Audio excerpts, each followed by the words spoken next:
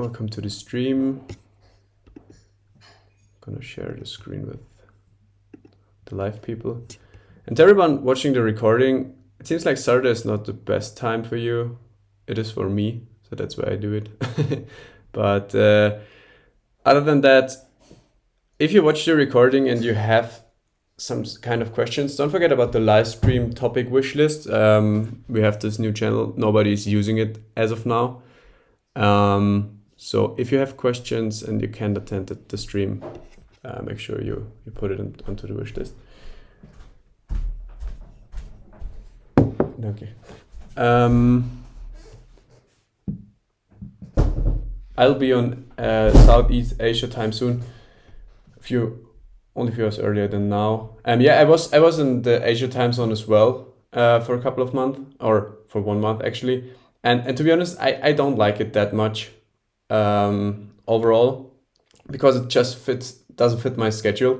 To be honest, for me, the US time zone would be best, because then I can do my job in the morning. I can watch the opening and everything during the morning, and then I'm basically done for the day, because mornings are my best time of the day. But it's a personal preference. So everything has its ups and downs. For some people, working in the night might be nice. For me, it's not. But yeah.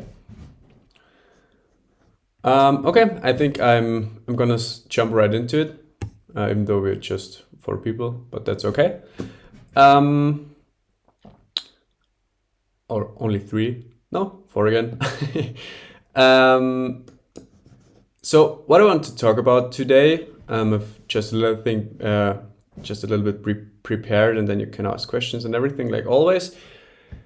The thing with crypto right now is I don't take any new trades, and this has a reason, because there are always times when my edge or the monitor edge or everything works better than on other times. And I usually try to avoid trading those times, especially in crypto. The fuckery sometimes gets pretty big. And even though I might have not any longs running, should we reverse from here, that's totally fine. I tried to short. I locked in a little gain on BTC during this small move here. We went higher again and then lower, which is totally fine. I don't need to be in a trade. And this is today's topic, because for what I can tell, and what I saw in myself in the beginning, we always want to be in a trade. And even though oftentimes it doesn't make any sense to be in a trade, we try to always do something because we want to feel productive. And the world has taught us this, because only if we do something, only if we like spend time really working and grinding, then we should get rewarded. But in trading, oftentimes it's the other way around. And I mean, that's basically why we want to trading, why we want to be a trader, right? Because we want to have as much time as possible. Yet we always think doing more is leading to better results. But there is this wise saying, trade less, earn more. And for me right now in crypto especially, I mean, I have always something going on, but in crypto especially, I'm not very interested in taking any trades. And this has a very simple reason, because I think right now our edge, my edge, the monitor edge, however, is not really favored right now. And there's a very pretty simple example of this hidden order block here. We skipped it once, nice. We skipped it twice, more or less. I mean, we closed the 12-hour above. Technically, we haven't really taken out this level. I mean, we closed above this block here, but we closed inside the level, but it was not a very nice trade to take. So I said to myself, okay, just looking at this example, we have this kind of compression going on here. And why would I take any trades here? I mean, I was very bullish after this candle, because I thought, okay, good, we have probably some kind of pullback and I can go long. And this is exactly what I did. I ate the stop. We reversed from the demand, which is something to note, because sometimes the normal supply and demand stuff works a little better. And in this case, it seems to be the case. And then should I, like, only from a total 2 perspective, I would have probably taken this trade, something like this, and I would have been stopped anyway. And I mean, it's like 3 days of pain and then I get stopped. And so why would I take anything here if, yeah, the market just doesn't favor my kind of strategy. And so I said to myself, good, I'm not taking any more trades until there is more clarity. And clarity means to me we either break down and take this bigger level here, or we go higher and form a new level and get another pullback or something.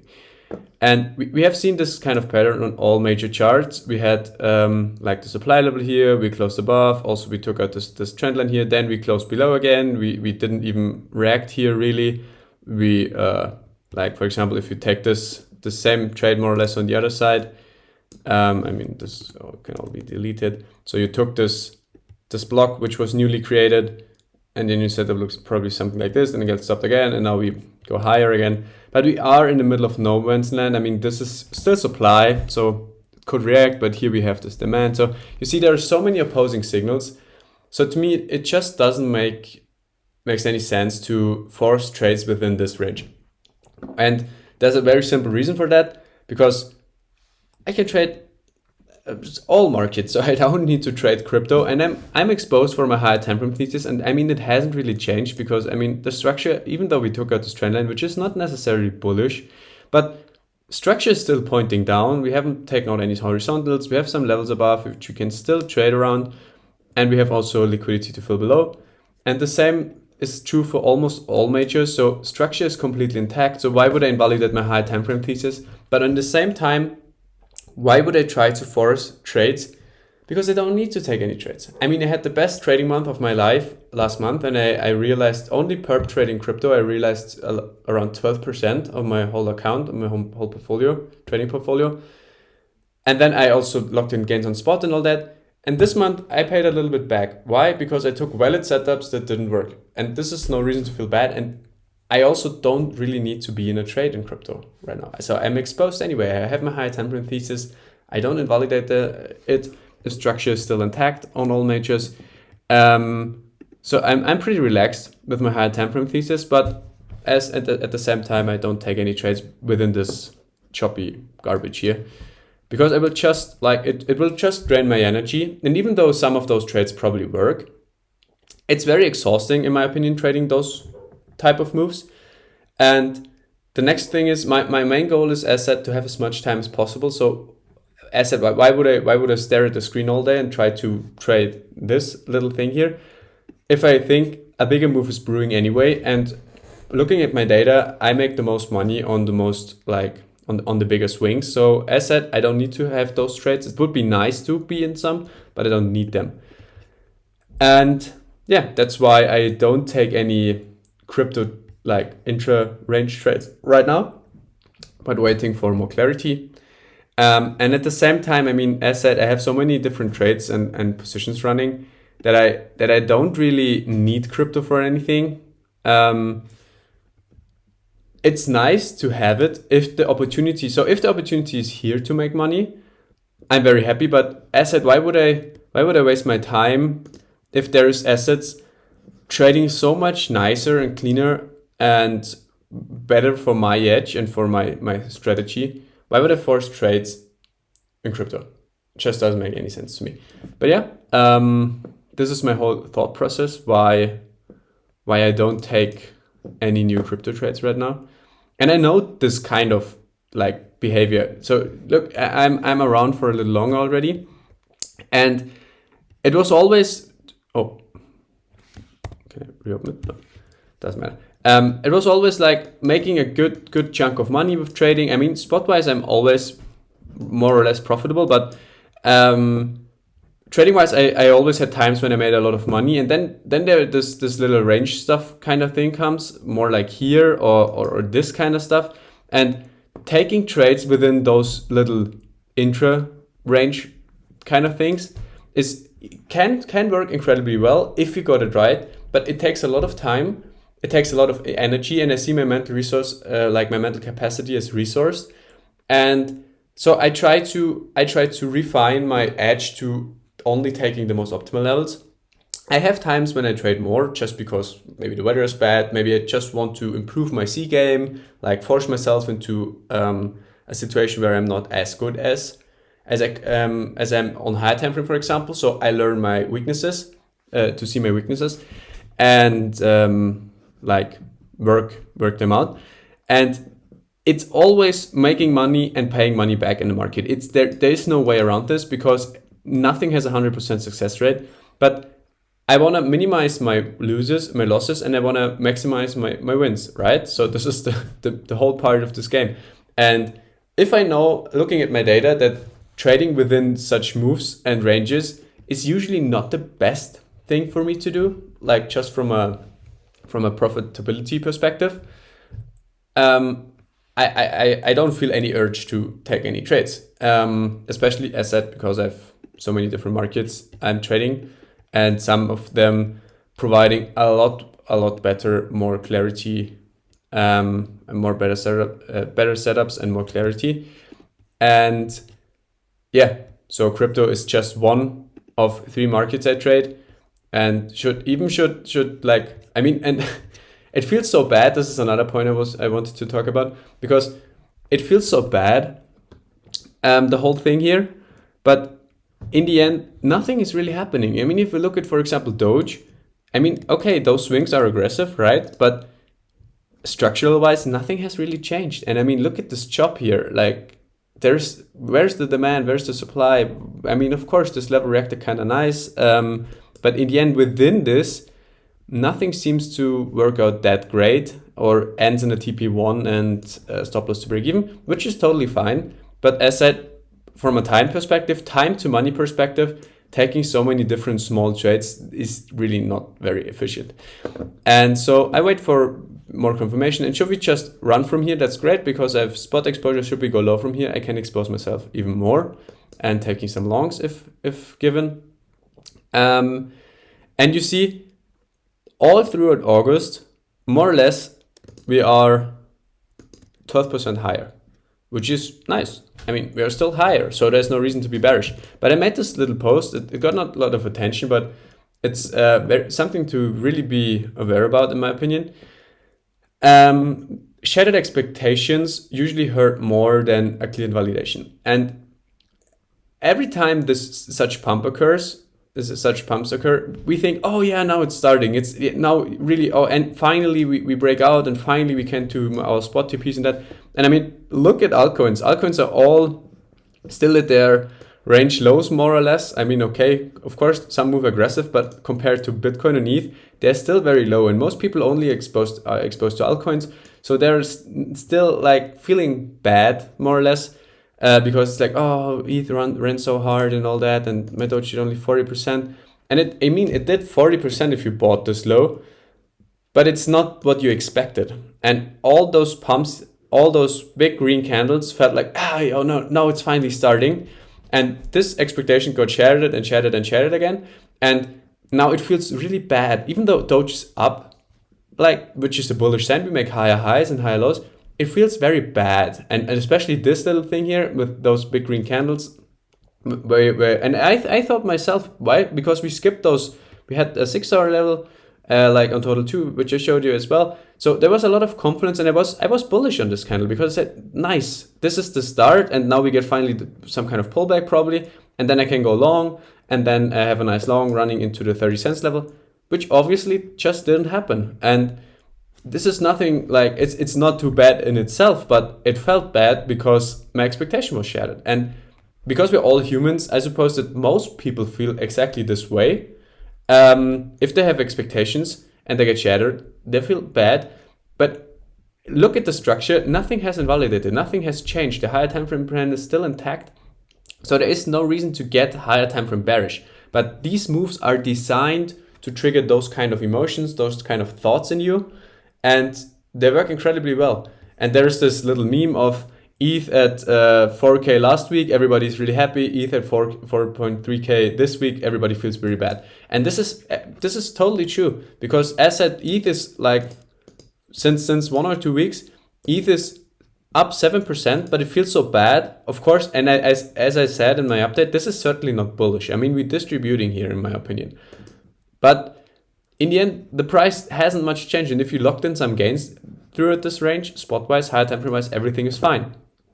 For myself, I want to learn to trade those swing failure patterns better, but I don't want to leave limit orders for them, because I can't really tell. I have not much data to trade them, how to trade them. And I don't want to leave limit orders overnight, and right now they all get hit when I'm asleep. But I want to trade them a little more because they seem to work kind of great. And this would be nice to be in a short, but I sold my spot here. I took a stop for a valid idea. And on overall coins, it's combined. And now we are still doing nothing. And if there is nothing, I trade nothing. And that's the whole story. And I said, crypto can be incredibly painful, and doing nothing for a long time only to rip when everybody is like unprepared again, or to nuke when everybody's unprepared.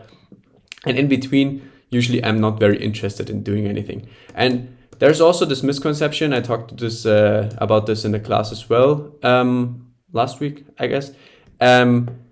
There's this misconception of, oh, we need to buy the bottom to be highly profitable. And this couldn't be further from the truth. I mean, we want to buy as low as possible, right? But taking like trades on confirmation, on taking continuation trades like this one here, is oftentimes are the ones that pay me the best, because getting in around extremes is usually pretty hard, because extremes are made to like make people capitulate, sell into whales' hands. So price action is really aggressive and oftentimes overshoots because of liquidation events or front runs or whatever. So taking the extremes is like the perfect way to take setups, but you don't need to be perfect to make money. And we have formed those kind of levels here. And you see, I have not taken a trade here. Why? Because my level of interest got front run. Now we know the euro level reacted perfectly, which is something to keep in mind. But then we had this pump out of here. We had this consolidation. I don't want to take trades within here. This is just not my edge. And as I said, don't want to spend 10 hours a day in front of my computer in the future. And then we pumped again, which is more or less the confirmation. We made another higher high. We left some kind of levels, and I took some longs here on like 6 or 7 coins. And I wrote this whole swing here. Until this point, I wrote this whole swing. And alone, this ETH trade alone paid me 7 or 8%. This was all live. And then I had some altcoin longs as well. Everything paid me quite nice. I cut it here because the momentum faded. Okay, that's fine. I mean, it went higher afterwards. Okay, good. But I had my spot backs. I started selling spot as well. So overall, I made good amounts of money, and I didn't long the Pico low. This is not necessary.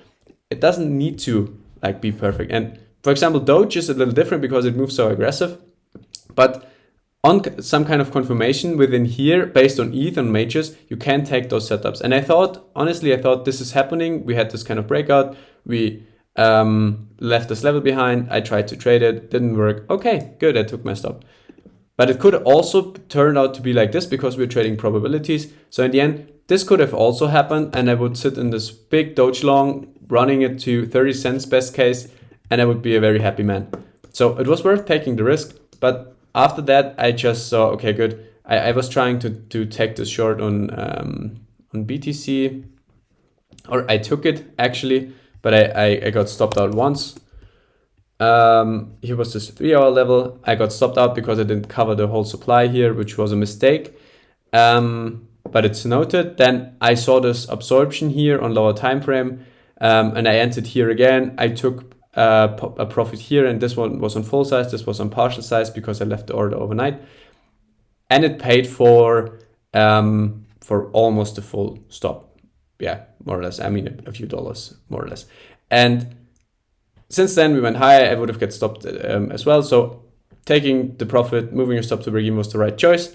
I have not taken a new setup again, but this brings me to another point. You see, we had this big pump here again, and we ignored the level completely. I mean, yeah, of course, you could more or less trade this reaction, but not really, as this is not really something that I consider a very successful idea. If it happens like this, you probably take the stop. And this brings me to the point of, you see what I mean with right now, I think this kind of edge, like the breaker block edge within this intra range moves, is not very favorable to trade. So I don't take any trades. But of course, there's always something. Also in crypto, I saw this great crow trade of people. Somebody showed me. I missed it completely. Also, Monitors post about it, which was obviously a very nice trade. So there's always something that works, and you can look for this. But as I said, also so many different options like this one and so many different markets to do something. So I don't need crypto and scan 1,000 tickers. But as said, there's always something. And if it's not on BTC, there might be something else. But yeah, for me, it's not taking new trades until further confirmation season. Okay, this is what I wanted to talk about today. Bring me some questions, please.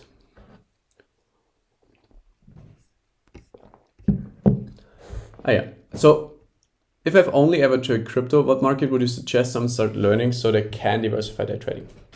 So this all depends on what kind of goal you have, because my goal with trading is to make enough money to get by easily while having the most amount of time possible and being as free as I can. And trading can provide all of that because it's a job in the internet, right? So I'm not like fixed to a certain location. I'm also, I can decide how long I work and when I work and which days and everything. And also it provides like exponential growth and it has no financial ceiling. So for me, it's the perfect job to achieve all my goals. And within trading, you can do a lot of mistakes to achieve your goals. For example, mine is, as said, having as much time as possible. So lower time frame scalping all day long is not serving my goal in any way. So for me, I want to become a swing trader. Of course, I do some low time frame trading. I do lower time frame execution because this accelerates my process immensely.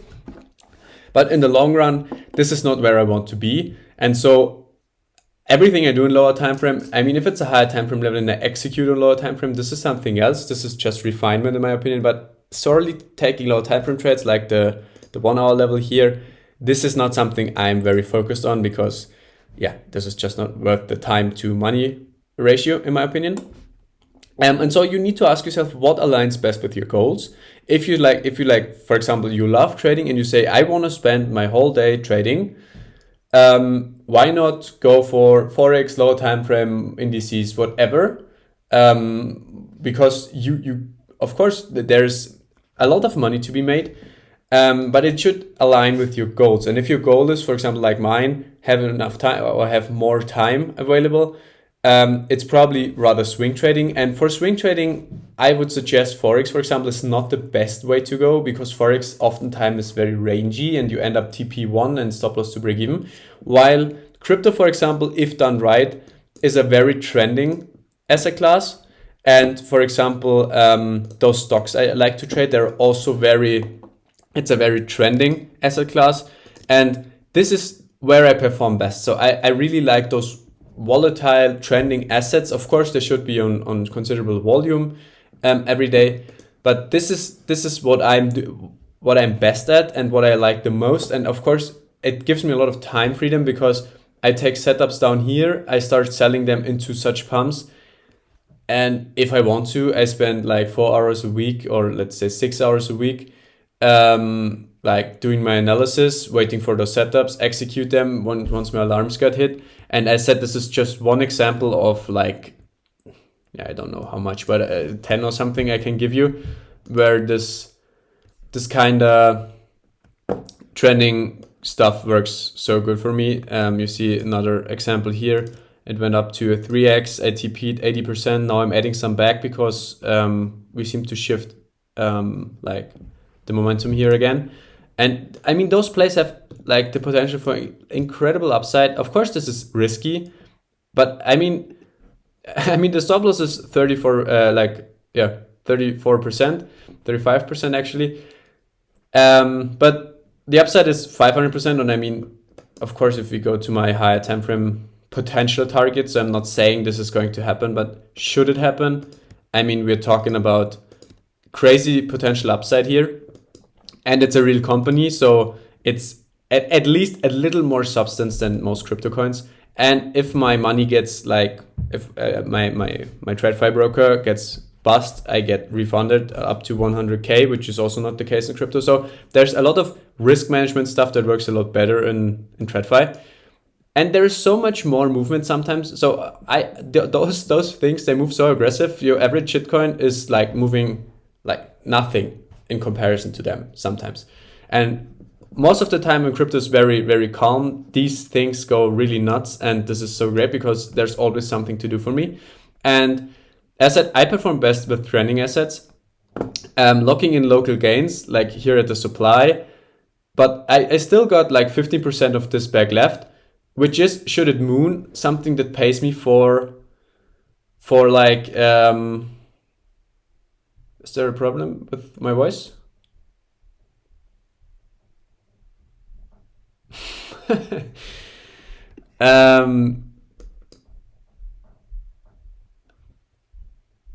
Okay. Good morning, by the way. You see, even if I lock in those gains, I have still something of this bag left, which builds my stock portfolio. I'm like these narratives, like quantum computing, they could go ballistic in the future because it's one of the probably next big things, maybe, who knows. And so if I take such setups, they always make sure that I'm like locking in some gains at some point, but I've always the potential to trade it higher. And this is, for example, the biggest solar company, solar and wind energy. And I mean, it's not as spectacular as crypto, but if you, for example, bought in the 2008 low, you still made a 10x on this one over like 12 to 13 years while getting paid dividends, while investing in a company that has real value, that is really producing something, not just having like a Jetpack as a logo and that's it, and some kind of fancy blockchain name based on someone else's blockchain anyway most of the time. And so I can take the setup here, I can lock in like gains at the supply, and the rest is maybe for my long-term portfolio, I'll get stopped at break even, or I get paid dividends as long as it's running. So you see, there are so many different things to do in this market, and crypto alone is so painful sometimes, not moving at all, doing some kind of fuckery. And as I said, there are so many different narratives, which if they just relief pump from here, they're all on good volume. And if they just relief pump from here into the next supply, this is already a good performance. I can lock in some local gains. And at the same time, it builds my higher time frame portfolio, stock portfolio, which of course is my high risk portfolio. So don't get me wrong, because those things, as said, they move very aggressive. But as said, should one of them like become the next big thing, one of those narratives like quantum computing, those things could go so ballistic, and crypto will probably not be the next big thing, because it was already the big thing. And now, in my opinion, we have 1 or 2 more cycles left for most coins, and then it's done. So yeah, or this one, big robotic company, freshly listed on high volume. Of course, I scale in a little bit, try to lock in some local gains.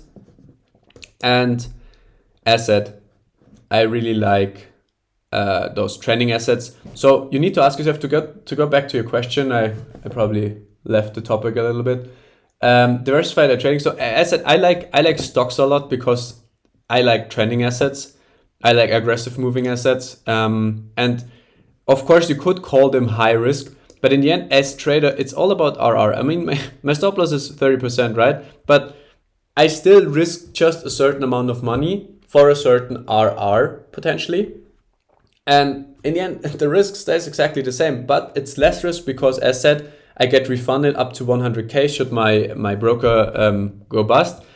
And those things are more regulated. They can't be manipulated as easy as crypto. I mean, crypto, look at this. We have 5-6 different exchanges. Everybody's doing their own stuff. Then you have on-chain transactions and blah. So price manipulation is so easy in crypto, and it's not even regulated. While stocks, they're traded at 1 or 2 big exchanges where the highest volume is. And you look at those charts and you know what's going on. The volume is, of course, it's manipulated. Don't get me wrong. It's a market, but in a more regulated way, so it's a little more predictable in my opinion. And it's not all moving in synchronicity. So crypto is doing, like every coin is doing the same thing. And as said, for me, I look at majors and I know what crypto is doing. Of course, some outliers are always somewhere, but yeah, as said, I rather look into other markets for the reasons I told you. And stocks is very nice to me. I like commodities. I have a lot of spot gold from here. Because I like to have a high time frame thesis based on the whole economy and system and blah. So it makes sense for me that gold is going to rip a little higher from here. So it's actually one of my bigger positions. I mean, I'm not invested in the S&P, but I will be. Should we go back down here, I will start DCAing like the usual investor type of guy. And so I like stocks, I like commodities, and I don't trade Forex, but I like this chart because taking a short here, statistically speaking, like the best idea one can have. So I will keep on doing this. Yeah, and this is my only forex pair I trade, to be honest. So I'm gonna be grinding every day for the foreseeable future. Forex and DAX are the way to go. Yeah, whatever suits you. As said, I just talk about my own personal preferences. Whatever works for you. So try it out. I also traded Forex. I traded like indices. I traded everything, but I just figured I perform a lot better in trading assets, and they suit my goals more. So I focus more on them. But whatever suits your goals, whatever works for you, is perfect. You bought the extra stock and you didn't take it as a futures trade. Depends. So if it's, for example, we were talking about the solar company, I guess. If it's paying dividends, I try to buy it on spot because it's paying dividends, and I might want to have it for the long run. But if it's a shorter term play, and if it's a very very very speculative play like this one, I also buy it on a CFD because I have not planned to hold this for longer than the big risk on moment I think is still going to happen over the next 1 or 2 months. And so why would I buy this on spot? And it's not paying dividends, so there's really no advantage in buying it spot. And see, buying stock and spot probes for the long-term holdings. Exactly. So for the little less speculative ones, I mean, as I said, those are like, look at this is a meme coin. More, I mean, it was on very low volume here. It is on very high volume by now, so maybe somebody knows something, I don't know. And I like the narrative. And I can still keep like a part of the CFD for potential higher prices, but I see for this particular stock, I see something like this happening, because this is just how it moves. So big spike, maybe one more big spike, hopefully, into my supply level up here, which would be the dream. But I mean, my stop loss will be trailed anyway. But yeah, this type of thing will probably move like that. But if you look at, for example, at dividend payers, blue chip stocks, they move a lot different. I mean, they have their outperformance as well, but not as aggressive. Of course, they retrace and correct quite aggressive as well. But usually the chart looks something like this, because dividend buyers have usually a different strategy. So they buy it for long term, they buy it for their pension. And I mean, if you, for example, I mean, Toyota is probably not the best example because it didn't perform as well. But the solar company here, we talked about this, it did a 10x since 2008. And it's the biggest global player for solar and wind energy. And so it's a very like sustainable company, I would argue. Of course, it's always risky to buy single companies. But usually what people do, they get dividends and they put it back into this, and this is what happens. And this first big retracement is now people bought probably somewhere in this area and in the lower end of this pump, taking profits here on like their 10x or whatever. While still a lot of people, if they believe in the company, they're just going to reinvest those dividends and just buying more because they want to build a retirement portfolio. And this is also what you can see in those indices. I mean, it's the American retirement system is based on indices and buying like index funds. And this is why it looks so different and a lot more like sustainable moves gradually, not as aggressive. It's just a different structure, and this is why I don't like to trade them. But of course I want to be like for the long term also be good invested in the market, because yeah, if I invest like with a time horizon of 10, 20, 30, 40, 50 years, yeah, it's usually not the best and not the worst choice to be higher time frame bullish those assets. And so I try to build long-term portfolio with short-term gains along the way, because I live off trading. And yeah, So I have different charts get like different treatment from me. And yeah, this is also short-term position. So I don't see this as very optimal level. But I want to be exposed here for the highs at least, and the rest of this position can be trailed, and if it pays dividends, why not? And I want to, like, the long-term position is going to be built here, and this will be on spot definitely, because I think solar energy is going to stay around, and if I'm wrong on this thesis, I pay the stop, and yeah, that's it. So yeah, different tickers. Also, it's still a stock, but different behavior because of different people buying it for different reasons. And it's less speculative as those small ones. Yeah, crypto's a shit show. I think I'm gonna Zeus, Forex, and DAX because I want to grind this shit every day. Yeah, why not? I mean, with Albert, you probably have the DAX master around anyway. And so do it. Like, and especially like lower time frame trading can help you and improve your game so much, because I mean, if you just take higher time frame trades, you will probably not take many trades throughout a 1 month. But if you like have the time and the patience and the mindset to trade lower time frame, do it, because you will get so many trades under your belt. I mean, 1 or 2 months ago, I traded like 250 trades in 1 month or 5 weeks or something, which brought me again to the next level. But this is not what I want to do all day long. So these are phases for me. When I say, okay, I lock in, I have the time, I have the patience, I like the weather's bad or something. I gonna lock in fully, improve my game, like learn to see my C game again and make it my B game, like eliminate the new C game, add the old C game, and like get a step forward. So it makes total sense. And as I said, if you see yourself doing this, Forex, DAX, and all this, and then collect data, and if you see, hey, this is exactly my thing, I make a lot of money with this, I like it, do it, of course. Hey Max, I don't like to trade low time frame, mid time frame or high time frame is my preferred. Can you explain when you place trades, what is your confidence before place a trade in crypto? Just kind use breaker block, Fibonacci, OB, and trendline, but I wonder if this is okay. So you talked about everything. I'm using as well Fibs, breaker blocks, order blocks sometimes, but like for example, high time frame, you should wait for those optimal levels, like those or those. Within everything within here, I would not consider optimal, even though it's a higher time frame level and can be traded. You saw, I think. You were there for the beginning, but just to repeat this again, we had no close above, so it's not that optimal, right? So we had no break of structure, but it was a valid level because it was in my playbook. It was valid because it was at the 0.5. So it could have worked kind of good, but it's not as optimal as taking, for example, this one. Why? Because put it into context, this is higher time frame premium. According to this swing here, we're in higher time frame premium. So every long you take here is not as optimal as down here, of course. So be aware of this. And as confluence, I use those stablecoin dominances, everybody in the monitor community does. It's a big part of the edge.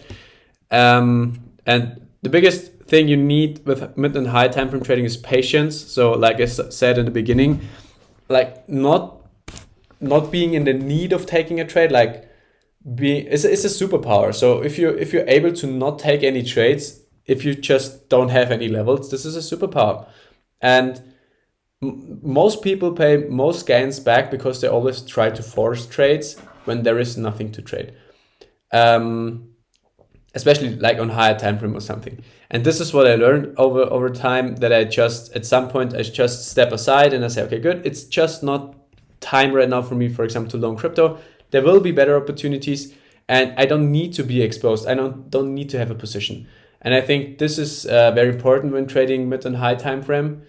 But I mean, other than that, it's just the usual monitor edge. Best case, break of structure, pull back into a key level, like in in premium or discount.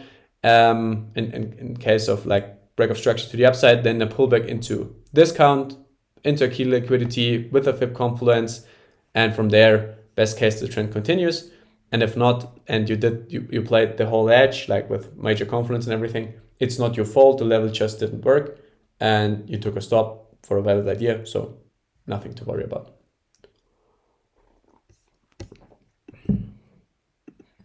Gonna have a look at this post.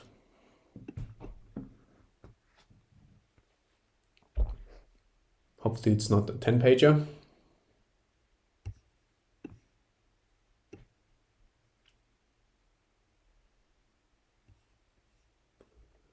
Okay. I have a feeling we see Luna pump well. Some quick pump and dumps, like we just witnessed with Crow and Pite. A quick sudden narrative pump. The chart is bullish. Yeah, I mean, I'm still exposed to Luna as well. I have all 3 Luna coins. It's like, yeah, by now it's probably like 6% or something of my portfolio. So it's really like a high risk retard play. It doesn't get much attention from me. And it doesn't get a lot of size from me because, yeah, it's very high risk. And I still like the idea of Luna pumping, like Monitor said. It makes total sense because, like, it will give the impression like people will be reminded of 2021. You activate those old communities again and those old feelings and blah. So from a mass psychology perspective, it makes total sense. I mean, the chart is also, I would argue, at higher time frame discount or something. So yeah, having some exposure to this idea makes total sense. I wouldn't bet the farm on it, and I wouldn't like depend on this kind of play, of these kind of plays, because it could also just rug one more time. And I mean, even if it just goes not even to 0, I mean, another minus 99% could always happen. So you never know on those things. This is like the worst garbage you will probably find. But if the whole thesis plays, of course, it could pay insanely well. So this is more or less the same thing I do with stocks. I just expose myself here. So my stop loss is more or less, I see my, what the fuck? Oh, what is this? Where's my stop loss? I see myself, it's only minus 40,000%. That's okay. Probably a little bit too much leverage. Like I see those plays, my stop loss is my position size because, as said, this is a high risk play. I mean, I don't expect Luna to rug to 0 because, I mean, the volume and everything is still okay and the whole idea is still nice, but it could. And so I see my whole position size as stop loss. The same, I have a stock play as well, I can show you. And if the potential upside is like very favorable of having 100% stop loss, because if it just does a 10x, like, I mean, we have so many levels here left behind, and if it just goes, well, let's say if it just does a 5x to those highs here, it's already a 20-hour trade with a 20% stop loss, and of course it's only a 3-hour trade with a 100% stop loss, but it's still a 3-hour trade, and the chance that we do this, but because I expect, so my whole thesis is that the whole risk market will pump again, and so this will probably pump with it, and if it just goes to this, the risk to reward is already very favorable, and if it goes to these other levels, of course the risk to reward is insane. But I still treat the whole position more or less as the stop loss, and this is very important to me because, as said, this is like the worst garbage you will find. And I have some similar plays on stocks. I like this narrative of hydrogen as energy source. This chart is also a little like destroyed, more or less. And my stop loss is like 70% or something. The potential upside to this level is 11,000%. So the risk to reward here is kind of nice actually, and it's more or less the same idea. It's at higher time frame discount. I scale, the further down we go, and the more I scale, the volume explodes here, which is to me always a good sign on those hammered charts. And I mean, still, if like the stop loss is 100%, which would mean we undercut this low again, which I do not expect, it's still a 120R potentially. Or if we just go here, which is very likely in my opinion, that we go to the 0.5 of this swing, right? This just looks so weird because it log. Then it's still a 20R idea with a 100% stop loss. So it's like more or less a lottery ticket with like 5 numbers already filled out. Of course, you never know. This could rock, this couldn't go to 0. Just because it's a company doesn't mean this cannot happen, as we can see. But I think the risk reward here is favorable. So I expose myself, and the same way I do to Luna, because I can't predict what's happened, but I think risk on is still not over. And this would be like the full-blown retard risk on moment, which I expect either comes in the next 1 or 2 months, or it doesn't come at all. So it makes sense to be exposed to this idea, to me.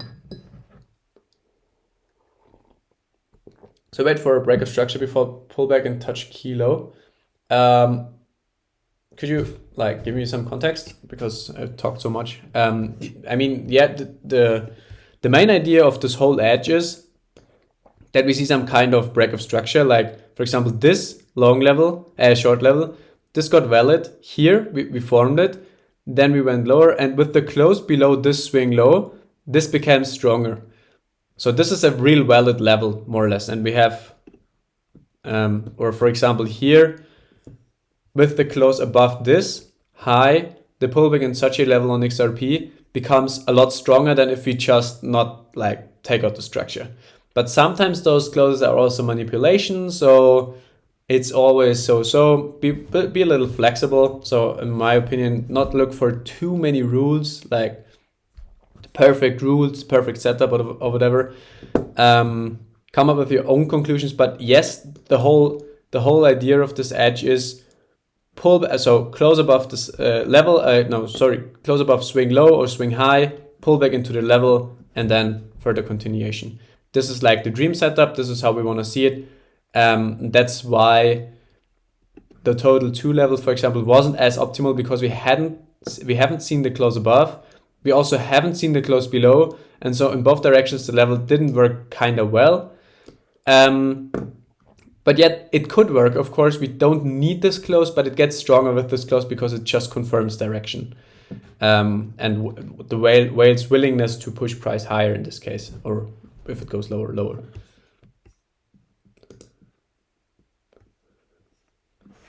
XRP should bump too. Yeah, I think XRP is still a very, very hated coin, and or XPR. I guess you mean XRP. Yeah, I think it's still a very hated coin, and people don't look at majors, because like if XRP does another 50% or maybe best case 100% or something, people will not be satisfied, and so they all pile into garbage. And this is why it will probably do well, but we will see.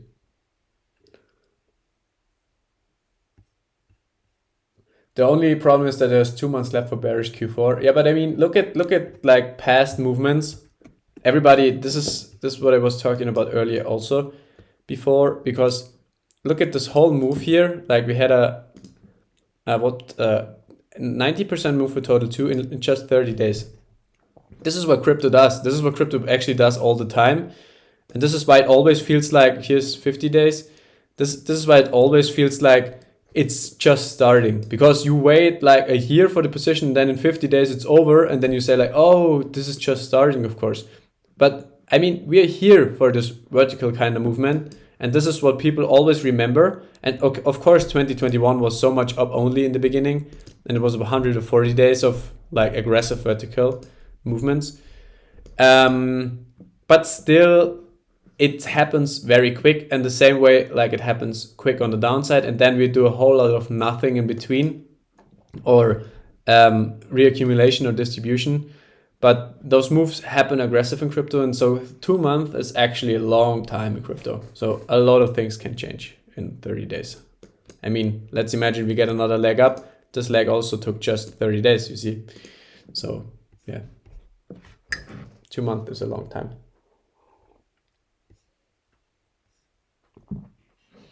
Any advice to maybe venture in low time frame? If you have no experience in low time frame, play on micro size or do paper trading. And depending on what your goals are, because if you just want to improve your game, do it, because lower time frame, as said, will accelerate this process immensely.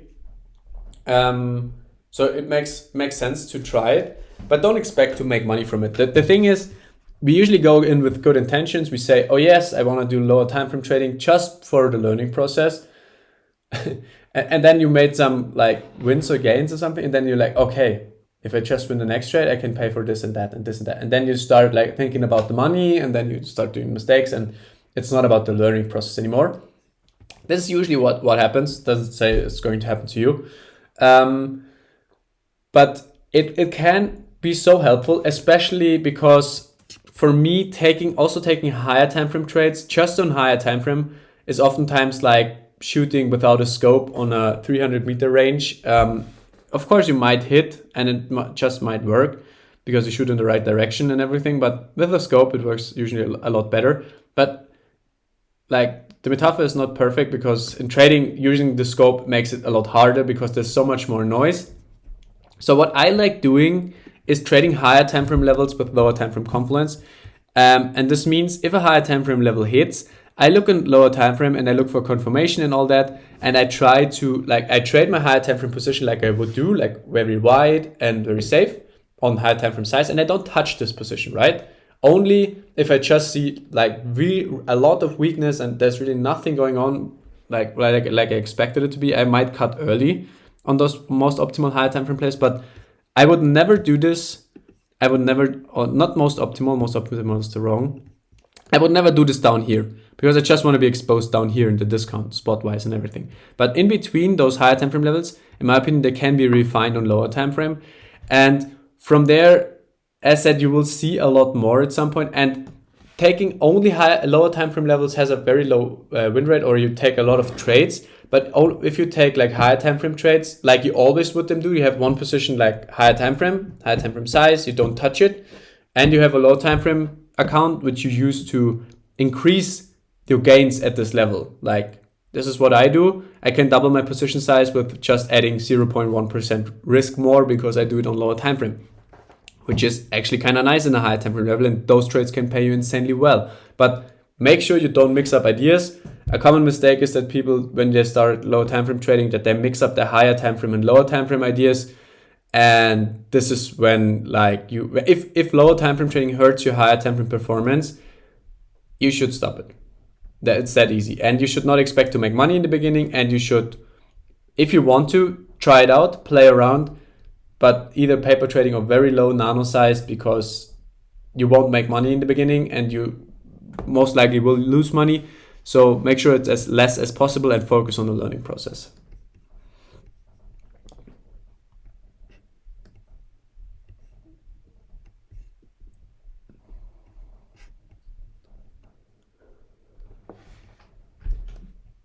Crypto loves doing the 90% of the move and 10% of the time. Exactly.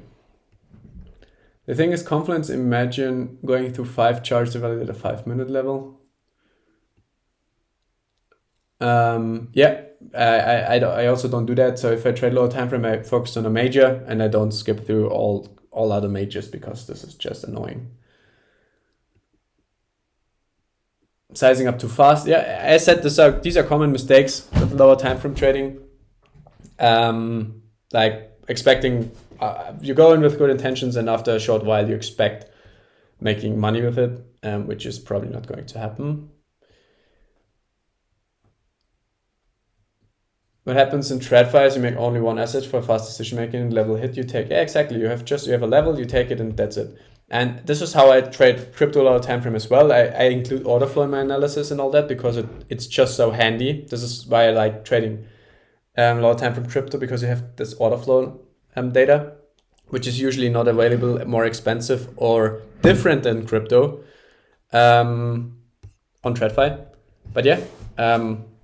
I would also, if I trade lower time frame, I focus on 1 or 2 assets maximum, especially in crypto, because everything moves together anyway. And altcoins usually in lower time frame have a lot more fuckery going on.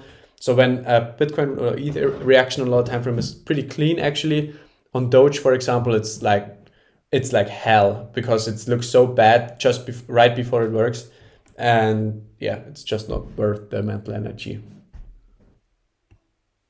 Because my work, I can't be computer all day, and this is why I like to trade mid and high time frame. Yeah, if it suits your lifestyle and your goals better, stick to what works for you. So you don't need to trade lower time frame to be profitable. I just say if you want to, it can accelerate your learning process, but it can also block your profitability on mid and high time frame, because you like get distracted or like mix up ideas and all that. So it's not necessarily an advantage to do it.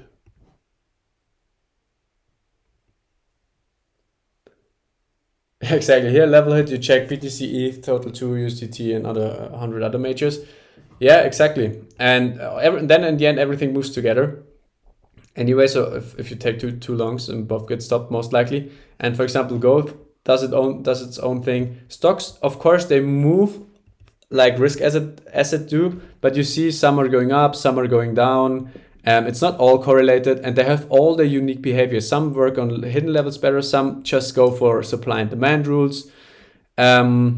So as said, I think stocks are a little more predictable than the whole crypto space, while offering like more volatility, and I'm here for the volatility basically as trader.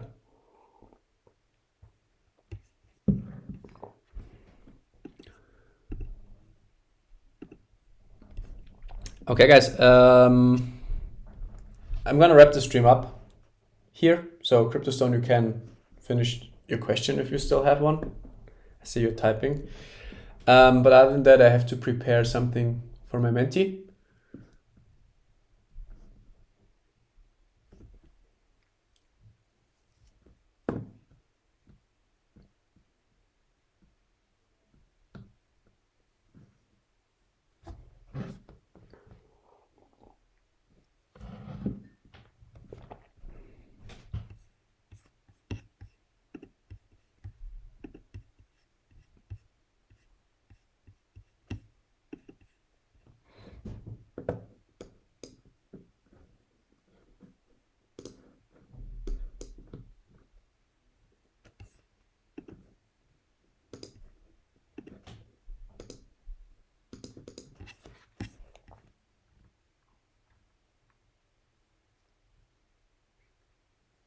Yeah, you're all welcome. It's my pleasure. And as said, it seems like for you guys, I see you on like on almost on every stream on Saturday. It seems like for you guys the time is nice. So I will just keep it for now. Maybe more people will be motivated to get up on Saturday. Yeah, I know. You're all Asian guys, more or less. Like, I guess you're from India, PPQ, right? And yeah, so we try to provide like streams and stuff for everyone. So I think Saturday this time it's not that bad. If you guys are around, I mean, if I'm just alone all every Saturday, I probably won't gonna change it. But as long as you guys are around, everything is fine. I don't use Autoflow, just Anchor. VWAP is the same. Yeah, volume-based stuff is, in my opinion, very powerful. If you find some kind of edge and if you backtested it and if you have some data to the VWAP and it works for you, why not? Why not? Okay, guys, I wish you a nice weekend. Thanks for joining in, and bye-bye.